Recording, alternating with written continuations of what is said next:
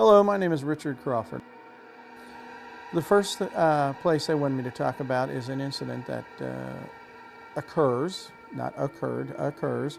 in the village of Bantam, where State Route 125 and 222 meet, east of the Starlight Drive-In and between Amelia and Bethel. This is known as Dead Man's Curve. It's been known as that for many, many years.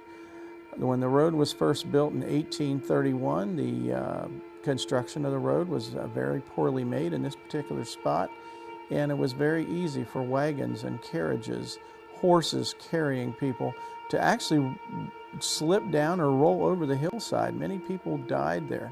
What goes on there today is nothing new. It goes way back. The road was a two-lane highway until 1968, when the road was widened between Amelia and Bethel into 4 lanes. And at a ribbon cutting there at 222, at what is today known as Dead Man's Curve, it was proclaimed the end of Dead Man's Curve. It was a straightaway there now. It was 4 lanes. And just about a month later, an accident was there immediately in which 5 people were killed in 2 cars. And since the night of that accident, there's been a new ploy, or a new, I don't know what you would call, a new figure has shown up on the scene, something known as the Faceless Hitchhiker. Right now I am at the intersection of State Route 222 and 125. This is only the second time that I have filmed from here because there's so many bad memories here. This is regarded as the most haunted site in the state of Ohio by many people. The very first time we filmed from here, it's actually on the film, right above us in the sky was a group of buzzards, about 10 of them, circling right here at this intersection. And that was done in broad daylight. But this place, it gives me the creeps more than any other place I've ever visited in this county. It just, I don't know how to describe it other than if you come through here at night, if you just come down State Route 125 between Amelia and Bethel, this intersection is pitch black. It's extremely dark, like no other place you'll run into. It has been a terrible place for people. When this was regularly an intersection in the 2-lane highway days, there were stagecoach accidents, there were all sorts of accidents with horse and buggy. Many things happen here, and most of them were hard to explain. And then after they widen the road, they have a ribbon cutting here in 1969, proclaiming the end of Dead Man's Curve. You have straightaways on both ends, 4 lanes. How can you possibly have an accident here? And within a month after the ribbon cutting, there was a car accident here in which 5 people were killed. Very difficult accident to explain. Since that night, there have been more than 70 people killed here in automobile accidents. And I've been told by a few friends who work with law enforcement that that may not be an accurate estimate. It may be more people were killed here. But what has been seen here many times, and I've actually seen this myself a half a dozen times, is a person always between 1:20 and 1:40 in the morning. There has been a being of some sort that looks like it's about 6 foot tall, weighs about 200 pounds. You can see a head, arms, legs, the shoulders. But I've been as close over on that corner over there. I was as close as 6 feet from it one night and still did not see a face. There have been people here who have hit it, thinking they've run over it, and then the thing gets up and chases their car. Over on this hillside, it has been seen in a silhouette at night and throwing boulders and rocks at cars. There have been cars here that were involved in some of the accidents where people died, parked on the side of the road. Many, many horrible things have gone on up here. There's a book that came out last year called Weird Ohio that has a whole page and a painting of this being, or whatever you want to call it. And it has been seen here by many people, but always from 1:20 to 1:40 in the morning. We had a law enforcement automobile up here one night pulled somebody off, and there was a car pulled over. Lights on in the inside and the headlights. Nobody here. Last time I gave a tour up here, close to that time of night, everybody wanted to see it at that time of night. I refused to do it. But this road was straightened out because of the accidents. The old 125 came up the hillside and curved up this way and had a horrible drop-off on it, which could explain a lot of the accidents. My basic experience here at 222 and 125 is of a scary nature. I've had a couple different experiences that kind of point out exactly what happens here to so many different people, many people we've talked to. My first experience was several years ago with Faceless Hitchhiker, coming from the west towards the east here at 125 at about 1:30 in the morning. Somebody on the side of the road walking away from us. And as I slowed down, this area is a friendly area, pretty much. The neighborhoods, everybody knows everybody. So I slowed down to see if it was somebody I knew, maybe they needed a ride, maybe they broke down. But as we went past and slowed down and actually started to pull over, when I looked back, this person had no face. Very strange. Complete body, complete person there. Anybody would say was a regular person walking down the side of the road. But when we looked back, there was no face.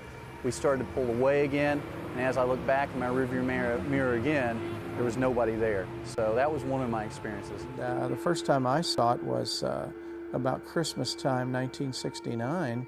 I was with a group of friends, and something came running out of the woods. A friend of mine had to make a sudden emergency stop out there in the woods and came running out claiming there was a bear chasing him. And we started laughing and said, "There's no bear in Clermont County." And he said, "Well, there's something on 2 feet." And we all turned around and looked, and here was something coming. We could see it under the street lights there. And it got to within, 20 feet of us or so, and we never did ever see a face on the thing. I had a friend of mine, I guess it was maybe 10, 15 years ago. She was a nurse at Children's Hospital downtown. She never wanted to go through that intersection at that time of night, and because it was Christmas Eve or New Year's Eve night, she decided that she would stay. They were shorthanded. She comes home, and there was a detour on one of the roads she normally would take, and she went up to the up to the intersection in a station wagon. She was going through a divorce at the time, and she had borrowed her parents' car, and something stepped out, or this faceless hitchhiker stepped out on the road in front of her. She was scared to death. She had gotten up to the stoplight, and she decided to gun it, and hopefully this thing would jump out of the way. She ends up hitting the thing and goes over it with the front and back set of tires. And as she made the turn onto 222, she was horrified, realizing she might have killed someone herself. So she decided she was going to check and see.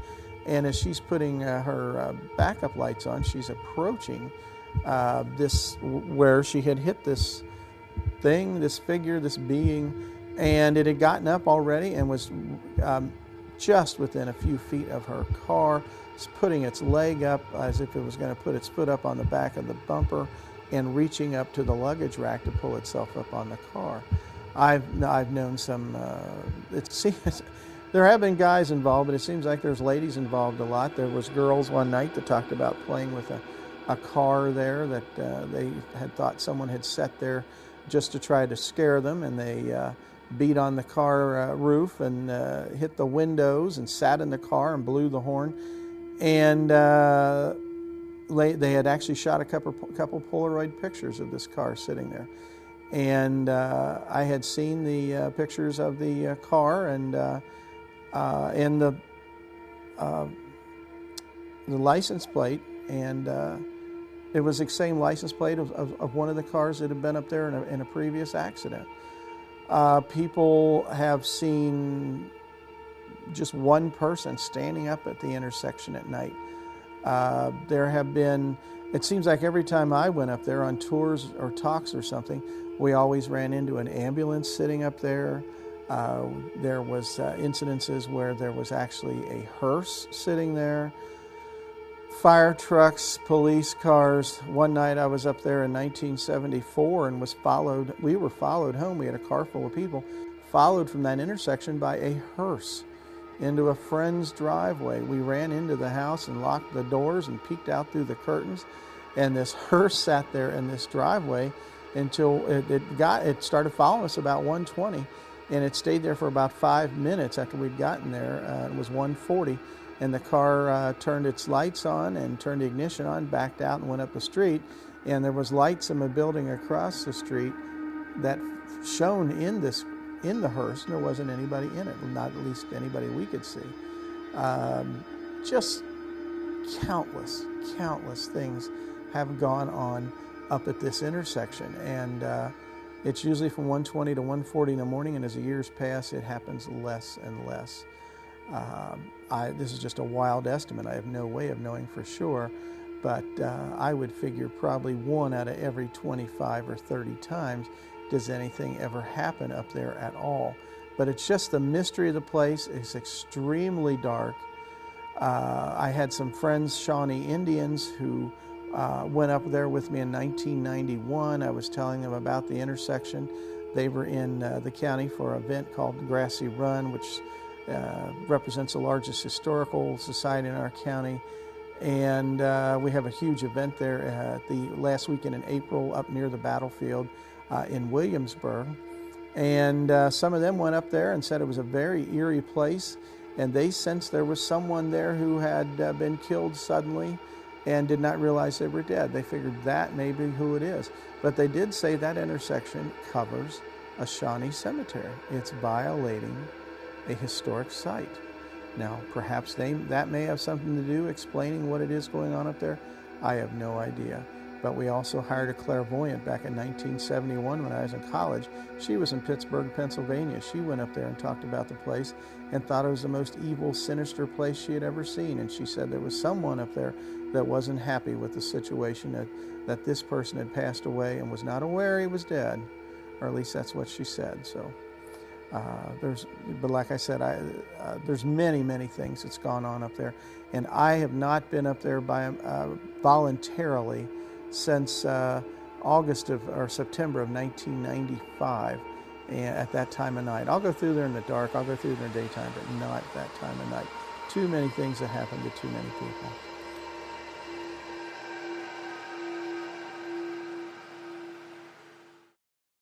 As with all the topic, I mean, when you're touching upon the paranormal or the supernatural, there's all sorts of opinions on this. Is it for real? It's anti-Christian?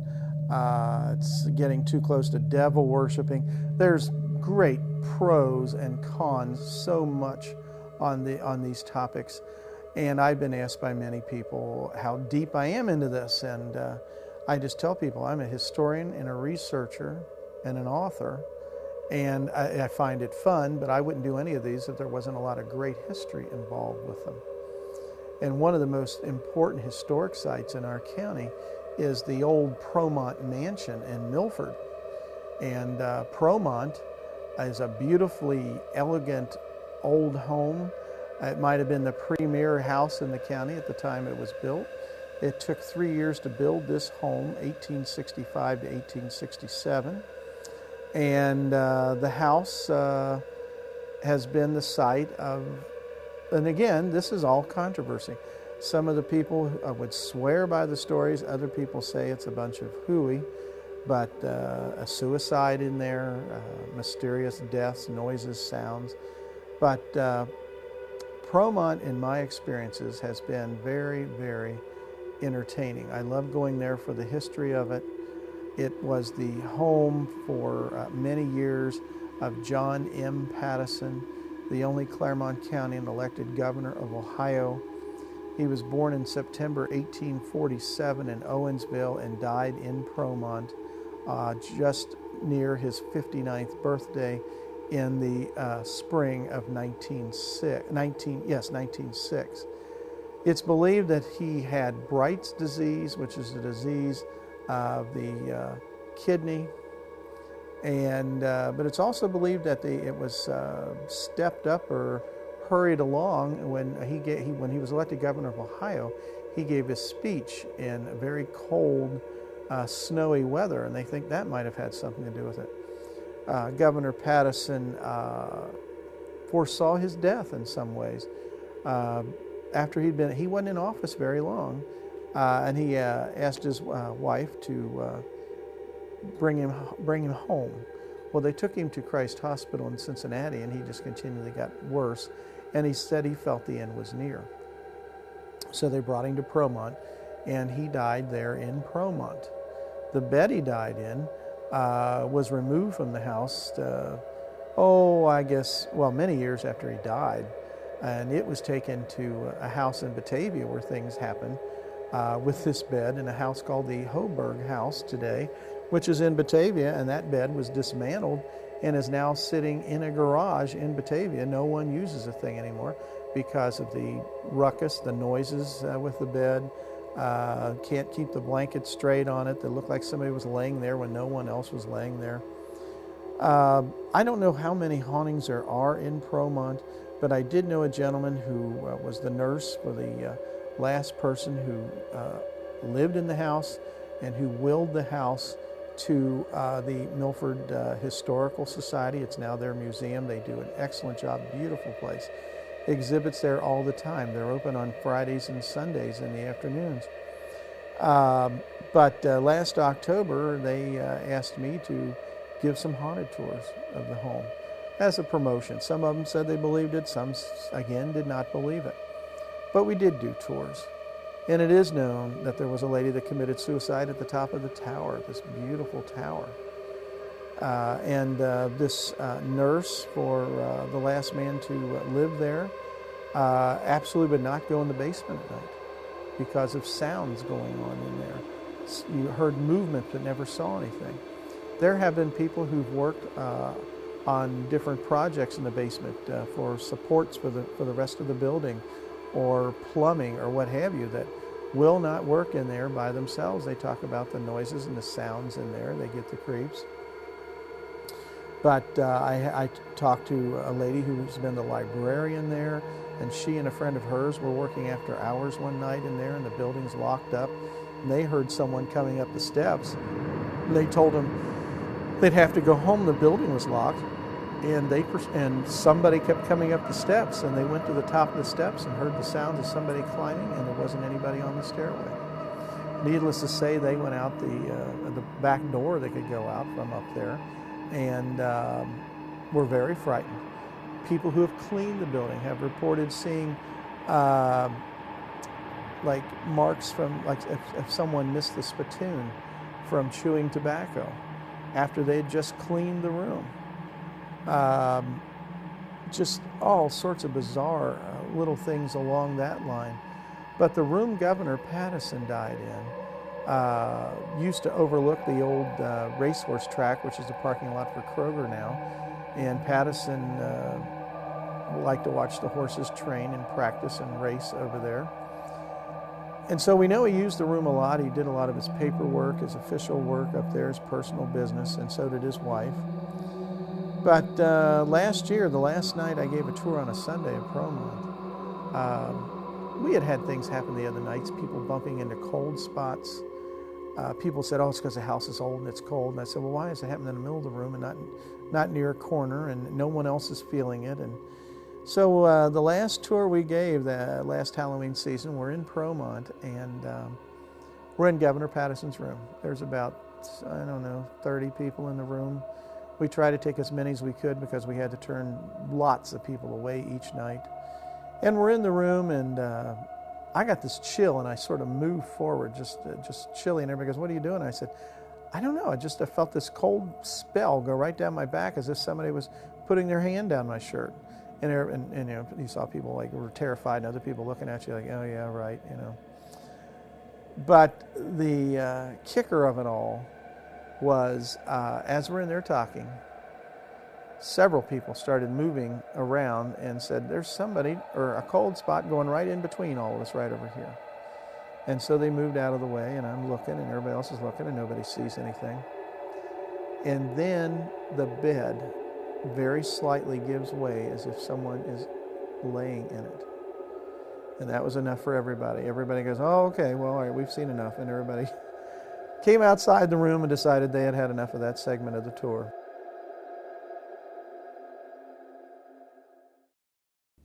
Clermont County has an incredible history. And one of the most fascinating stories in our county's history is about the village of Utopia. In my mind, Utopia and Neville are the two most historic communities of their size in the United States. Utopia's history is absolutely breathtaking and just incredible. Farmers lived down there in the very early 1800s. It had a spot where boats could pull in and go out. It's on the Ohio River, and it was a shipping point of sorts for years.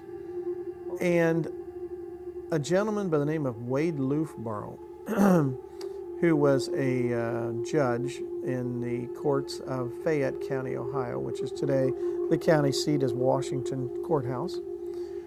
He purchased 1,400 acres of land there for a gentleman by the name of John Otis Wattles from Connecticut. Wattles was a philosopher in his own right.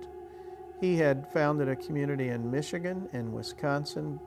He had originally been in Wisconsin. His community was destroyed by the local people. They did not like what they were doing. Some of his followers were murdered, executed, what have you. They tried it again in Michigan. The same thing happened. Then they came to the Washington Courthouse area. Still greatly disliked. They moved to West Liberty, Ohio. And it was there they were located when Loofborough made this purchase of land where Utopia is today. Wattles' followers came down here with him. He asked his followers to do three things. One, build him a home. Two, build themselves a home. And three, to make themselves a church. His home was completed. They were working on their home, which was known as the Phalanx, which was an enormous building which was going to house the entire community of 100 to 150 people. They built their home on what would today be recognized as the first plateau along the Ohio River. The French explorer Robert LaSalle talked about the three plateaus in this part of the Ohio River. So did the Lewis and Clark expedition. The second and third plateaus today are very viewable. The third plateau is under the Ohio River. The Ohio River, at the time that the Fourierites and Wattles group arrived, was probably no more than 1/3 as wide as it is today. At no more than that, probably not nearly as wide. In the summer months, it was much more narrow. The Ohio River normally was no more than 4 to 6 feet deep. That's why it was so easy in the Indian Wars for the Indian warriors, to wipe out whole boatloads of people coming down the river. Why it was not that difficult for slaves to cross the river. There have been known accounts of slaves walking and swimming across the river. So, but this village was there, this home was built there on the first plateau.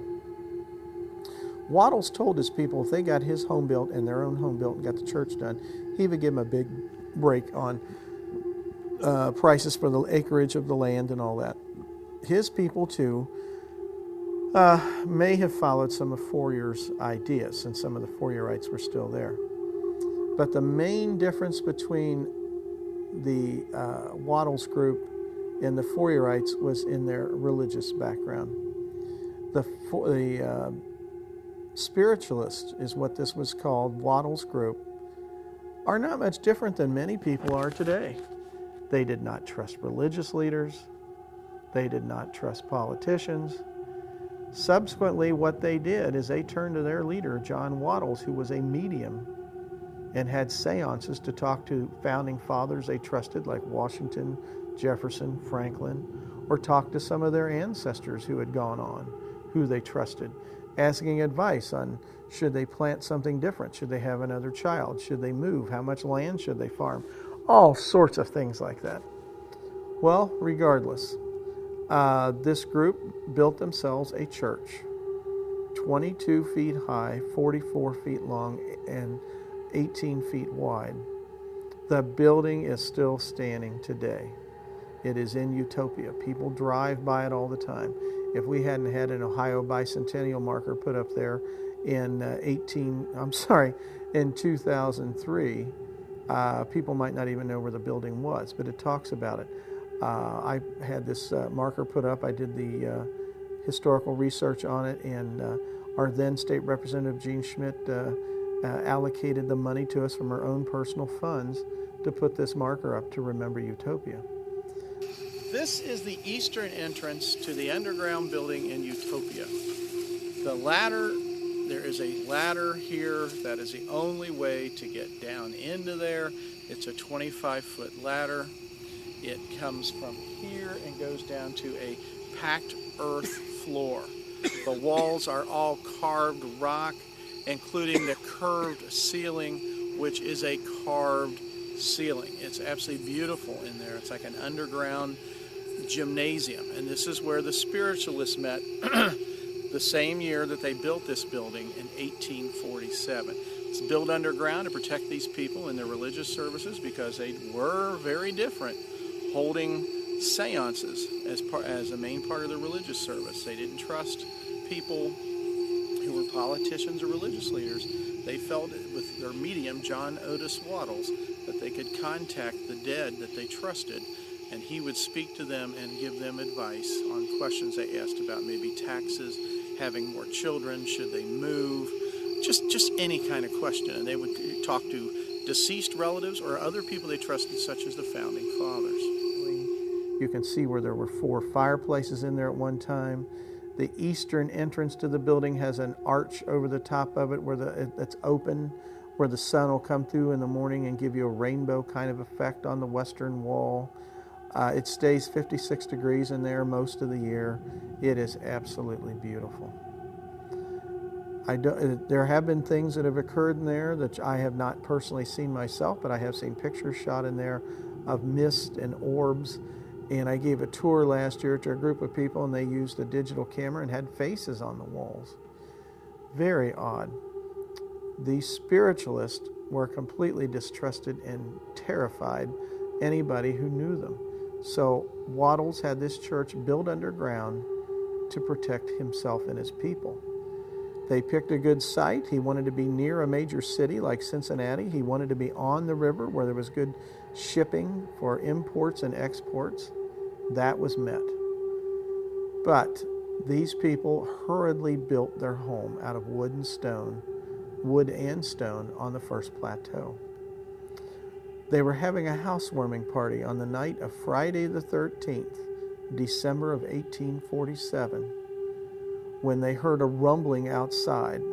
Some of the people believed it was an earthquake.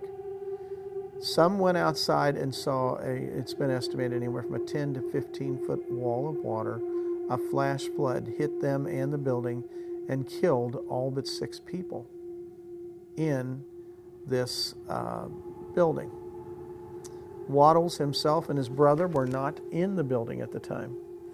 After this tragedy, they ended up moving to the state of Kansas and became associates with John Brown on his plans to make Kansas a free state, and also on his raid on Harper's Ferry. They were not with him on the raid, but they assisted him and helped him on these things. But anyway, Utopia sits there. Wattles' house is still there. There are stories today of 6 people walking up from the old path that Wattles had built from his phalanx, or his home for his people, to his home. It is known that he held special services in one of the upstairs rooms in his house, for people who had the money for a one-on-one kind of consultation or seance. And this house, no one has lived there. The current family's made it, but before that time, no one had lived there more than 7 years at one time, because of the visitations in this house of 6 people coming into this house in wet clothes. The woman's always in a blue hat and a blue dress. There's an elderly gentleman with black suspenders, black pants, and a white shirt, an athletic-looking teenage boy, and 3 children. I filmed many television shows from there. We filmed a show there. One of the last shows we filmed there, a young lady, she was only 4 years old at the time we did the filming, came outside and was talking about how she wanted to be on the television show. And her mother said, "Sweetheart, you can't do that." And the people who were doing the filming didn't want the little girl involved, and she kept crying. And finally her mother got her to keep quiet. And when we were done with the filming, the mother said, "Sweetheart, if you want to say something, go ahead." And they said, "Well, let's just film her. Let's just have the camera on her." And the little girl proceeded to talk about something that had happened the week before. She asked her mother, she said, "Mommy, do you remember the other night when you were doing the laundry and the dishes, you asked me to just watch TV and keep quiet and not bother you while you did your work. And you promised that I would get a treat after dinner." And she said, "That's right, sweetheart, I did that." And she goes, "I know you did, Mommy. But I wanted to tell you what a good girl I was." And her mother said, "What do you mean?" She said, "Well, I didn't let those people in the house." And she said, "What people, sweetheart?" She said, "While you were doing the laundry and cooking dinner, there were 6 people came up to the door, and they didn't knock. They were just trying to open up the handle. And I kept the door locked and wouldn't let them in, and they were looking at me and looked like they were trying to say something. I heard sounds but couldn't hear any words, and I saw them pointing at the lock." And she said, "Mommy, I almost let them in, but when I looked at them, their clothes were all wet. They had made the porch all wet. And the woman in the blue dress and the blue hat and her dad scared me. They just looked funny, and I didn't want to let any of the 6 of them in, so I didn't." And so we heard that story. I gave a tour there one night, a woman who happens to be a friend of mine. Most of the people decided they wanted to walk down the trail, and she and myself and a few other people stayed up by the Wattles house. And she bent over double and said, "Oh my God, somebody's punched me." And everybody run over to her, and they're looking, and everybody said, "Well, who? There wasn't anybody nearby." She goes, "I didn't see them. I don't know what's going on." And she is doubled over and having some breathing problems, and her husband comes back, and he looks at her, and she pulls her blouse up a little bit. You can see a mark where she said she'd been hit. And her husband gives her a hug, and he says, "What have you been doing?" She goes, "Nothing. I've just been standing here." He said, "Your blouse is sopping wet. How did you get it so wet?" Nobody knew about that either.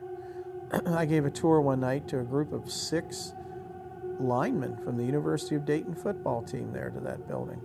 They couldn't wait to get out of there. They kept bumping into cold spots supposedly representing dead people moving around. We've had people talk about cold spots down on the trail happening down there. A friend of mine, an excellent clairvoyant by the name of Eddie Fox, there's a picture shot of him leading tours. I don't go down there all that often on the path. There are orbs and mist and fog all over the place around him. And he's been excellent. He pointed out a couple of where people were standing in a house up in Milford one time, the old Lemming house, and people with digital cameras shot the pictures, and sure enough, there's orbs in the same number that he said that there was 1 at one spot, 2 at another, and there was that number of orbs showed up on the film. So there are a lot of things about the Wattles house. I've interviewed people that lived in that house as far back as 1917, and they have all told the same stories, and they weren't related or knew anybody that had lived there after that. So there must be something to that. I'm not quite for sure. But the Wattles house I regard as one of the 3 most haunted houses in Clermont County. Outside of Felicity, on the east side of town, is a cemetery on Smyrna Road.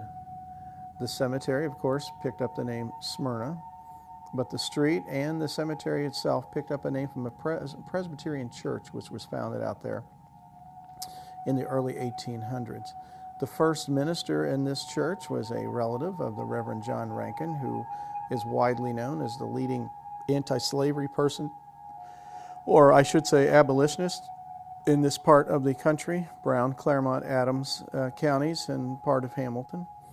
The church was founded and out on Smyrna on the site of an old Indian village. In the 1780s and early 1790s, there was not an enormous Indian village. The Indian villages in our county were never permanent Indian villages. I know this may be hard to believe, but the Indians found the area to be very swampy and way too humid. They preferred to live a little further north. Plus, by the 1780s, the Americans were coming down the Ohio River and creating havoc for the Indians. This area, including Anderson Township and on up to Portsmouth, was known as the Miami Slaughterhouse due to the thousands of people killed here on both sides during the Indian Wars. Christmas Eve night, 1787, John O'Bannon had made a survey, the first survey in this area at the village of Neville. The next day, he made a survey during a blizzard in the village of where the village of Moscow sits today. Christmas Eve night, 1787, he's in the Felicity area, about where Felicity High School sits today. I don't know what kind of, if they were having a celebration, a party, a prayer service, I don't know, but the surveying party was there. There was anywhere from about 14 to 16 men in this surveying party. And they were attacked that night by a group of Indians, some estimates as many as 40 Indian braves. There was no one killed, there were several people wounded, and one gentleman was taken prisoner by the Shawnee. The Shawnee Indians and the Eastern Woodland Indians were way ahead of us as far as women's rights and different things.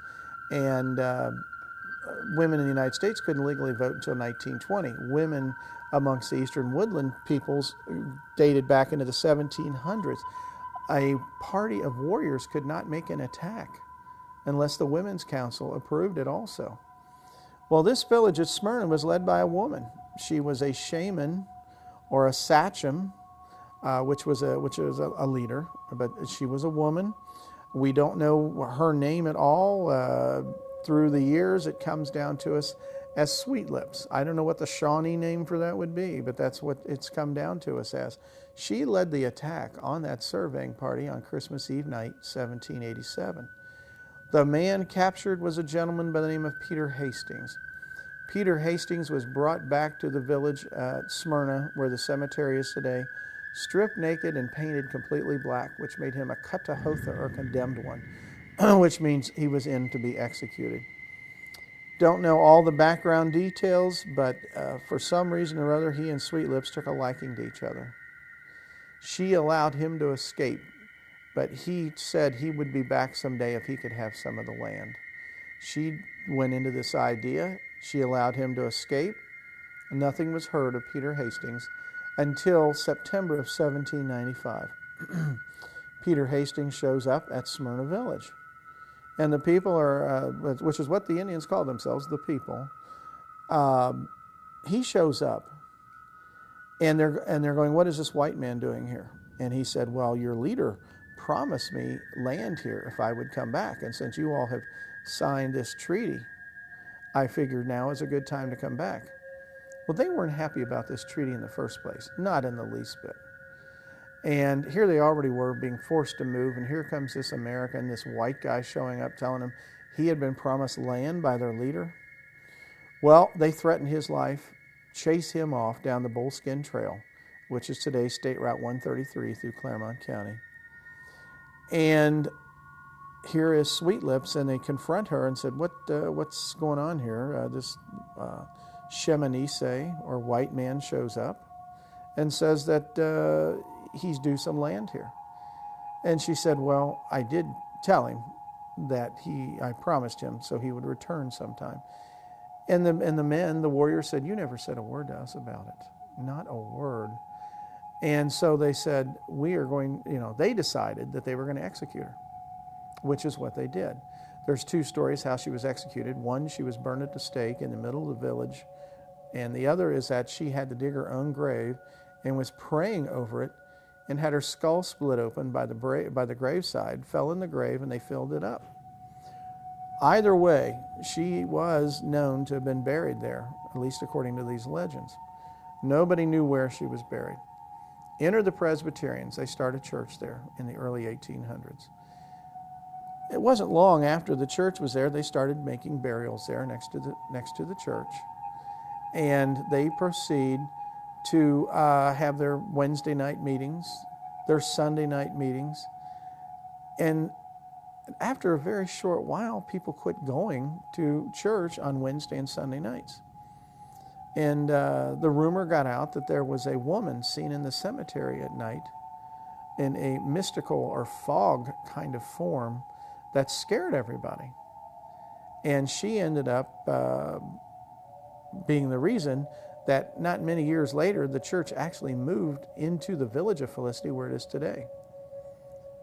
The burials continue to take place out there.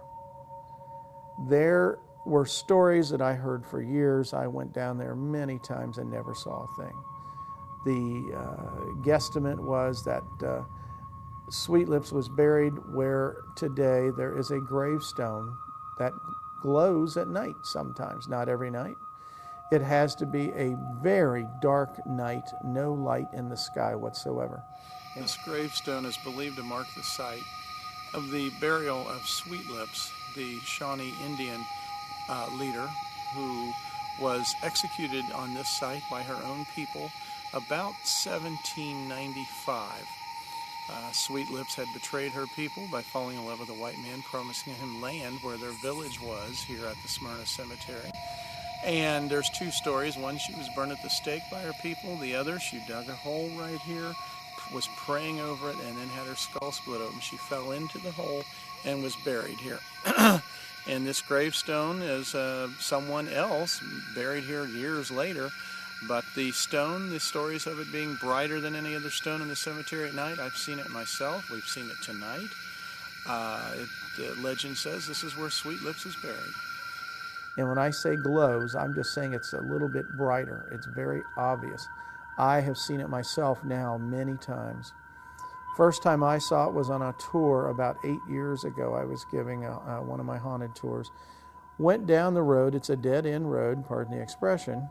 But we turned around down at the end of the road and came back up. And the fellow sitting next to me grabbed my arm and says, "Look out, look out." And I thought there was a deer crossing the road. This road is not 2 lanes wide, very narrow. So I slammed on the brakes and I said, "What's going on?" They said, "Look over in the cemetery." And I looked over there, and this gravestone was glowing noticeably brighter than any other gravestone in the cemetery. And they said, "Is this the first time you've seen this?" And I said, "Absolutely." I had heard the stories. I was completely unaware of it ever actually occurring. Since that night, as I said, I've seen many times things going on there. I have become friends and made acquaintances with people who live on the street who have talked about at night sometimes a mist or a fog will come under the garage door or come into it seems like it never comes in the front door, but there will be things that a mist or something will be coming from the back of the house and come around and go through a living room when people are up watching late night TV. I've talked to a gentleman who died just 2 years ago who was in his 90s that told me stories of all sorts of things that used to happen in his home when they lived in a farmhouse out there. And I've interviewed many people who have had things happen out there. This is an area that's very sacred. It's a cemetery. I'm not encouraging anybody to go into there. Driving by there is bad enough as itself. As I said, it's barely bigger than 1 lane in a dead-end road. But if you ever go down there, it is you need it on a very dark night to notice. We have people have said, "Oh, that light from the house next door is focused on the cemetery." And I said, "Absolutely, but why aren't all the gravestones that kind of brightness?" And then another theory came up that said, well, the gravestone's made out of a different kind of rock. Well, we sent scrapings from that and rocks all around it off of other gravestones. And the University of Cincinnati Geological Department said it's all the same kind of stone. There should be no reason for the difference. But today, it still happens. I've seen it myself this year. A couple of the tours I've given there this year already, you can actually see a gravestone there that glows. Maybe I shouldn't use the word glow, but it's a little bit brighter than any other of the gravestones in the cemetery. Urban legends. Many, many urban legends. There's been a movie made about urban legends, but we have some urban legends of our own. And one of our best and one of my favorite urban legends pertains to what used to be a very narrow, secluded road in Pierce Township, or Ohio Township, near New Richmond. The road is Pond Run Road. I heard stories about Pond Run Road when I was pretty young. I wasn't even in junior high school yet, and I heard about murders happening up on Pond Run Road.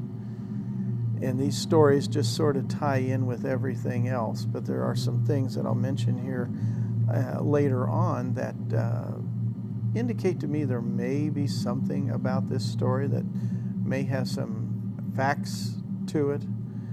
Pond Run Road in New Richmond, its first claim to fame, it was a large farm at one time, and a gentleman was born there in the mid-1800s by the name of John Hauserman. John Hauserman, after the Spanish-American War, 1898, became known as the Gold King of the Philippines. He made great investments there and became a millionaire because of the work he did there. Very compassionate gentleman. He was very philanthropic. His money, he always made sure the people in the village of New Richmond after floods were taken care of. He made sure the school children were not starving. He did an awful lot of very noble things with that money. He was found, now this is just, I've never been able to confirm this, but the legend says that Mr. Hauserman died in his home of fright, that he was staring out in the fields behind his house one night. And when he was found, he was staring out in the fields there, having died of fright. There is a story that in the late 1950s, there was a family that lived up on the top of the hill as you get to where the road makes its first right-hand turn, a sharp 90-degree turn. And there was a doctor and his wife had a son. And this is the days before people knew what dyslexia was or bipolarism or anything else. But this kid was noted as being very odd and violent at times. And the family kept him close to home. And in an electrical storm one night, the house caught on fire. The mother and father were asleep and succumbed to the smoke. And the boy, who was locked in a room, was actually not able to get out until he dislodged himself from the room and lost a hand and part of an arm. I think most of the stories go he just lost a hand to get out, which made him even more frantic and insane. Not too long after that, there began to happen some odd things there. There were homes along the road, down right next to the road. None of those homes are there anymore. These people that lived there at the time reported their dogs barking late at night, snapping and growling at something. There would be food stolen that was stored out in a garage or other areas. Different canvases or tents or things would be taken. And so the stories started early about something odd going on there. Well, the road being as far out of New Richmond as it was, and having been a dead-end road at one time and very narrow and secluded, trees overhanging, it just was a perfect setting for a great place for young people to park. And it became a parking spot. Now, when I was in high school and college, we would drive up there and we'd see people. We'd always look and try to find somebody and tease them or make fun of them. And it was at this time that stories began to really spread. But it was in the earlier years, there were supposed to have been teenagers killed on this road. People who were poked to death, like with an ice pick or some very sharply pointed object. And this spread into a story about a hook.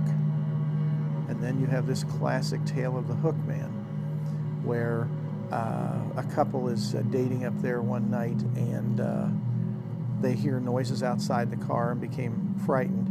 And they had their doors locked, and the steam was built up in the windows, and they panicked and drove off suddenly. Then when they get to this girl's home, the boy gets out of the car. This is really old days.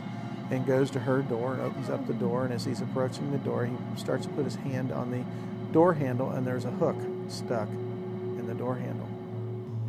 People today that live along here deny anything ever happened, and I would do the same thing. I have to agree with that. But one of the things they can't explain to me is, where are all the houses that used to be along this road down here at the bottoms of the hillsides? Right where I'm standing right now, there used to be a little frame house. People moved out of it suddenly. Were they afraid of something? No one claims they were. But regardless, people moved out of here very, very quickly in the mid to late 1960s. Whether you believe the stories of the Hookman or not, this bridge is where some people were supposedly murdered. It was a wooden bridge at the time.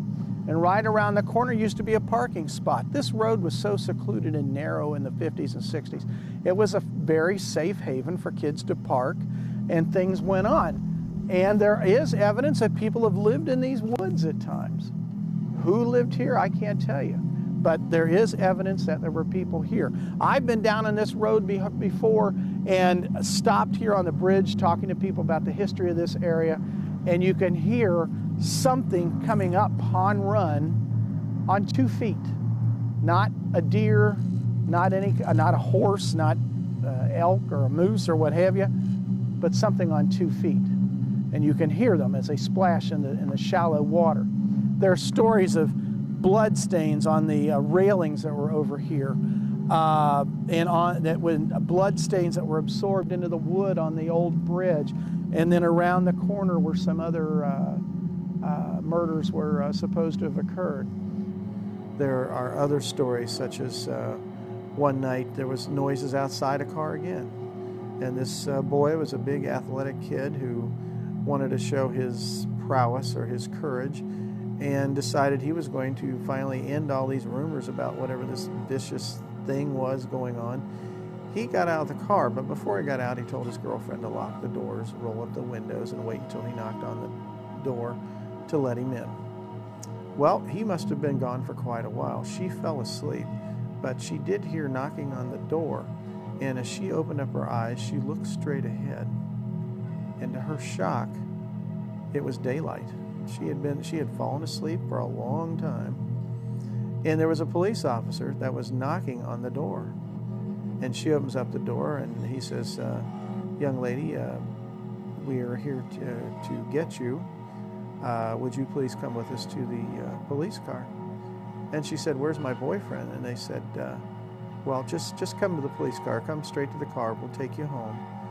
Just don't look around. Just come straight to the police car. Well, she begins to make an approach to the police car, gets about halfway there, and decides to look back around. There was a story that she said she'd forgotten her purse. She turns around and looks, and her boyfriend was dead up on top of the car. And there was blood coming down the back window and the back side windows that was not in the front windows where she was sitting. So these stories persisted. There were stories, and there still are stories, of anywhere from 6 to 8 people having been killed up there, everyone a teenager. I have been on the road many times. The old bridge, which was wooden, is now paved over, was where some of the murders were supposed to have happened. And then there is another pull-off spot that's still a large area, but now there's a driveway going through it to a house. And one night I was going down there with my best friend during college, and amazingly, I mean, the chances of it are incredible. Our car stalled on that bridge.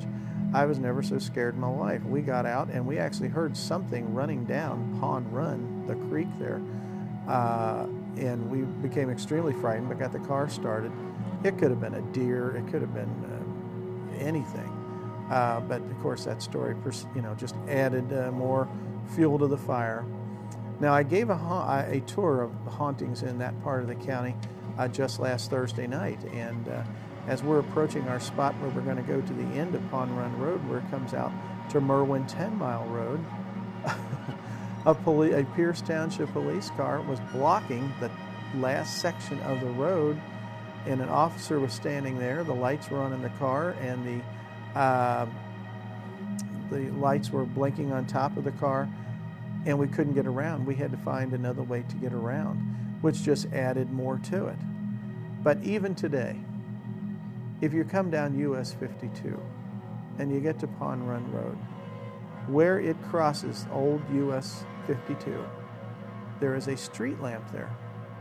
That is the only light you can see. And as you look up the hill to Pond Run, it looks like a black hole in space or something. Very, very spooky. In fact, in the most recent book I wrote about the haunted history of Clermont County, Ohio. We shot a picture that's in the book, and it is as eerie as possible. It's hard to describe. You'd have to see it for yourself. People there today understandably say it's all hogwash. It's nothing ever happened there. There's nobody that lives there I know that's lived there that many years. But the amazing thing is these people claim that, but not one of the houses that used to be on the roadside, on the immediate roadside, are there anymore. They're all gone. The houses that are built there now are these enormous castle or a mansion looking like homes on the hillsides overlooking the sites and the sides of the road where this Hookman of Pond Run Road were supposed to be seen. The lights on these houses are not your normal size lights. They don't light up the driveway particularly. They don't light up the sidewalks. They don't light up the house a whole lot. Most of these lights are enormous lights looking like searchlights, and most of them are focused in the side yards or in the woods behind the house. So if nothing's going on there, I'm still having questions on why this kind of mystery still persists to this day, where something that wasn't supposed to happen, if things aren't still going on, these people have some reason or other to believe it and are doing their best to make a check on whatever is not supposed to be happening on Pond Run Road.